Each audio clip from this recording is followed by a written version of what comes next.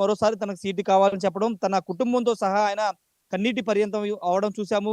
చంద్రబాబు మీద నమ్మకంతో ఆయన ఉన్నారు. తనకే సీటు వస్తుందని నమ్మకంతో ఉన్నారు. కానీ తెలుగుదేశం అధిష్టానం మాత్రం ప్రస్తుతం బోడే ప్రసాద్‌కి సీట్ ఇవ్వడానికి ఆసక్తి చూపడం లేదు. ఐవీఆర్ఎస్ సర్వే పేరుతో రకరకాల పేర్లతో సర్వే చేయించినప్పటికి ఇప్పటివరకు టీడీపీ పెనంలూరు అభ్యర్థి ఎవరనేది ఇప్పటివరకు ఫైనల్ చేయలేకపోయారు. 128 స్థానాలకు అభ్యర్థులు ప్రకటించిన టీడీపీ అధిష్టానం పెనంలూరులో మాత్రం చాలా ఎక్కువ కసరత్తు చేయాల్సి వస్తుంది. దానికి ప్రధాన కారణం ఏంటంటే అక్కడ అక్కడ మా మంత్రి జోగి రమేష్‌ని అక్కడ వైసీపీ అధిష్టానం ఇన్ఛార్జిగా ప్రకటించడంతో జోగి రమేష్‌ని ఢీకొట్టడ అభ్యర్థిని కోసం టీడీపీ అధిష్టానం వెతుకులాడుతుంది. దానిలో భాగంగానే బోడే ప్రసాద్ కాకుండా వేరే వారికి సీట్ ఇవ్వాలని ఆలోచిస్తుంది. కానీ బోడే ప్రసాద్ మాత్రం చాలా స్పష్టంగా చెప్తున్నారు. తనకే సీటు కావాలని చెప్తున్నారు. సీటు రాని పక్షంలో ఇండిపెండెంట్ గా అయినా పోటీ చేస్తాను, చంద్రబాబు ఫోటోతో పోటీ చేస్తానని చెప్తున్న నేపథ్యంలో ఇప్పుడు టీడీపీ ఎవరిని ఖరారు చేయబోతుందని ఒక ఉత్కంఠ నెలకొనబోతుంది. రేపు టీడీపీకి సంబంధించినటువంటి 16 మంది అసెంబ్లీ, అదేవిధంగా 17 పార్లమెంట్ స్థానాలను ప్రకటించబోతున్న నేపథ్యంలో ఎవరి పేరు ఉండబోతుందని ఒక ఉత్కంఠ కనబడుతుంది. అంటే ఇప్పటి వరకు టీడీపీ అధిష్టానం అయితే ఐదుగురు పేర్లతో సర్వే చేయించింది. దాంట్లో మొదటిగా తుమ్మల చంద్రశేఖర్ అంటే కమ్మ కార్పొరేషన్ చైర్మన్ ఉన్నటువంటి తుమ్మల చంద్రశేఖర్ పేరుతో కూడా ఐవీఆర్ఎస్ సర్వే చేయించింది. ఆయన ఇంత ముందు వరకు వైసీపీలో ఉన్నారు. పార్థసారథి అనుచరుడిగా పేరున్నటువంటి ఆయన పెనంలూరు ఎమ్మెల్యే కొలుసు పార్థసారథి వైసీపీ నుండి టీడీపీలోకి వచ్చారు. అదే సమయంలో కమ్మ కార్పొరేషన్ చైర్మన్ అయినటువంటి తుమ్మల చంద్రశేఖర్ కూడా పార్థసారథితో పాటే వైసీపీ నుండి టీడీపీలోకి వచ్చారు. ఈ నేపథ్యంలోనే పార్థసారథి తుమ్మల చంద్రశేఖర్ కి సీట్ ఇప్పించే ప్రయత్నం చేయిస్తున్నారు అని తెలుస్తుంది. దానిలో భాగంగానే ఆయన పేరుతో తుమ్మల చంద్రశేఖర్ పేరుతో ఐవీఆర్ సర్వే కూడా టీడీపీ చేయించినట్టు తెలుస్తుంది. ఇంకొక ముఖ్యమైన పేరు ఘట్టమనేని కుటుంబానికి సంబంధించి ఘట్టమనేని దివంగత ఘట్టమనేని కృష్ణ సోదరుడు ఘట్టమనేని ఆదిశేషగిరిరావు పేరు కూడా ఇప్పుడు పెనంలూరు రేసులో వినబడుతుంది. ఆయన పేరుతో కూడా ఐవీఆర్ సర్వే చేయించారు. ఆయన గత ఎన్నో సంవత్సరాలుగా వైసీపీలో ఉన్నప్పటికీ తర్వాత ఆయన కొంత విభేదించి టీడీపీలోకి వచ్చారు. టీడీపీలో ఇప్పుడు ఆయన ఉన్నప్పటికీ పూర్తి స్థాయిలో యాక్టివ్ గా లేనప్పటికీ ఆయన పేరు అప్పుడు TDP IVR survey Penamaluru seat కోసం చేయించినట్టు తెలుస్తుంది.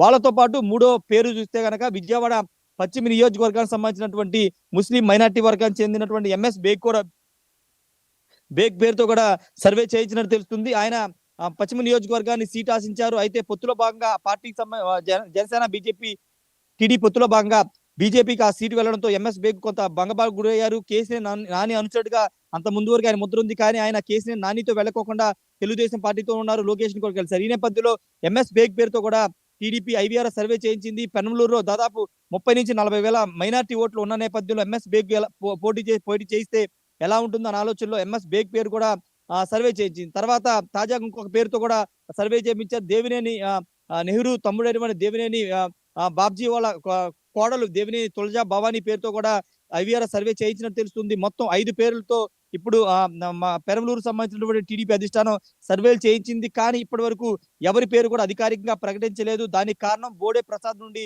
వస్తున్న ఒత్తిడి. బోడే ప్రసాద్ చాలా కొంత ఆవేదనకు గురవుతున్నారు. కొంత ఆయన మీడియా ముందే కన్నీళ్లు పెట్టుకున్నారు.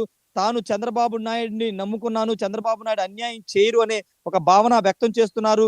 ఆయనతో పాటు ఆయన భార్య, కుమారుడు, కుమార్తె నలుగురు కూడా ఎన్నికల ప్రచారంలో వాళ్ళు ఇంటింటికి తిరుగుతున్నారు. ప్రతి ఒక్కరు ఓటు వేయాలని అడుగుతున్నారు.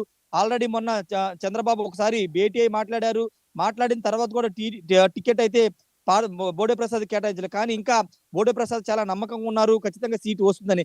ఒకవేళ రాకపోతే చంద్రబాబు ఫోటో పెట్టుకుని ఇండిపెండెంట్ గా పోటీ చేస్తా అని చెప్తున్నారు. మొత్తం ఇప్పుడు పెనంలూరు ప్రజలు 5 సంవత్సరాలుగా నేను పెనంలూరు తిరుగుతున్నాను. ప్రతి ఒక్కరు బోడే ప్రసాద్ కావాలని కోరుకుంటున్నారు. కానీ ఈ సర్వేలు ఎందుకు చేయిస్తున్నారు, ఏ కుట్ర పని చేస్తున్నాయో తనకు తెలియదని బోడే ప్రసాద్ కూడా చెప్తున్న నేపథ్యంలో ఇప్పుడు టీడీపీ అధిష్టానం సర్వే చేయించిన 4 పేర్లతో ఒకరిని అభ్యర్థిగా ప్రకటిస్తారా, లేకపోతే బోడే ప్రసాద్ పేరు ప్రకటిస్తారని చూడాలి. ఇంకొక స్పెక్యులేషన్స్ అయితే వస్తుంది పెనంలూరు నియోజకవర్గానికి సంబంధించి.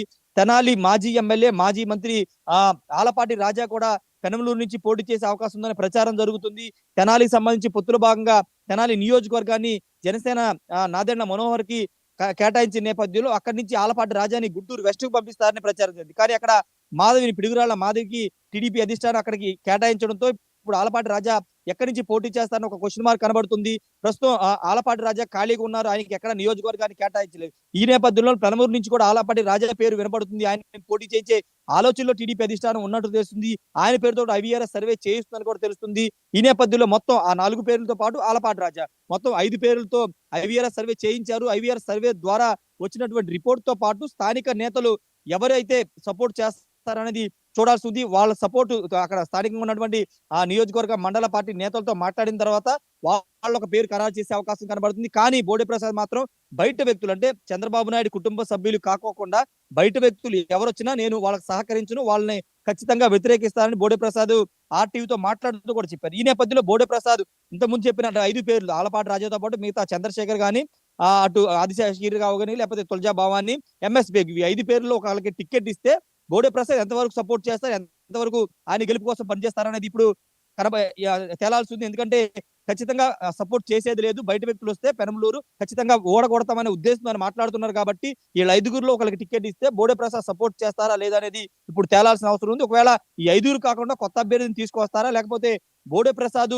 ఇంత ఆవేదన చెందుతున్నారు. చంద్రబాబు నాయుడు కలిసారు కాబట్టి, కుటుంబం అంతా రోడ్డు మీదకొచ్చింది కాబట్టి, బోడే ప్రసాద్‌కి ఇంకొక అవకాశాన్ని చంద్రబాబు ఇస్తారా? అనేది చూడాల్సి ఉంది. ఏదేమన్నా ఇప్పుడు పెనమలూరు కొంత హాట్ సీట్‌గా మారింది. ఇప్పటివరకు అన్ని నియోజకవర్గాలు కొంత చాలా ఎర్లీగా కసరత్తు పూర్తి చేసి అభ్యర్థులు ప్రకటించిన చంద్రబాబు నాయుడుకి కొంత పెనమలూరు, ఇటు మైలవరం కొంత తలనొప్పిగా మారాయి. మైలవరం ఆల్రెడీ డిసైడ్ అయిపోయింది. వసంత కృష్ణప్రసాద్‌కి ఇస్తారైపోయి తెలిసిపోయింది. కానీ పెనమలూరు మాత్రం కొంత కొరకరాని కొయ్యరాగా మారిందని చెప్పాలి చంద్రబాబుకి. ఎందుకంటే అక్కడ జోగి రమేష్‌ని ఓడించాలంటే కొంత బలమైన అభ్యర్థి కావాలి. ఆర్థికంగా కూడా కొంత బలమైన అభ్యర్థి కావాలి.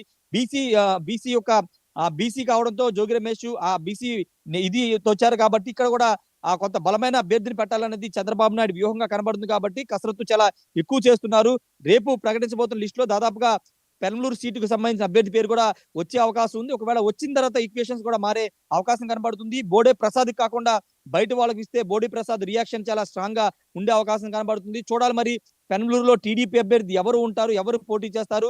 ఇంతకుముందు మనం చెప్పుకున్న 5 పేర్లో ఒక వ్యక్తి ఉంటారా? లేకపోతే బయట వ్యక్తుల్ని చంద్రబాబు తీసుకొస్తారా? అనేది రేపు తెలిసే అవకాశం ఉంది.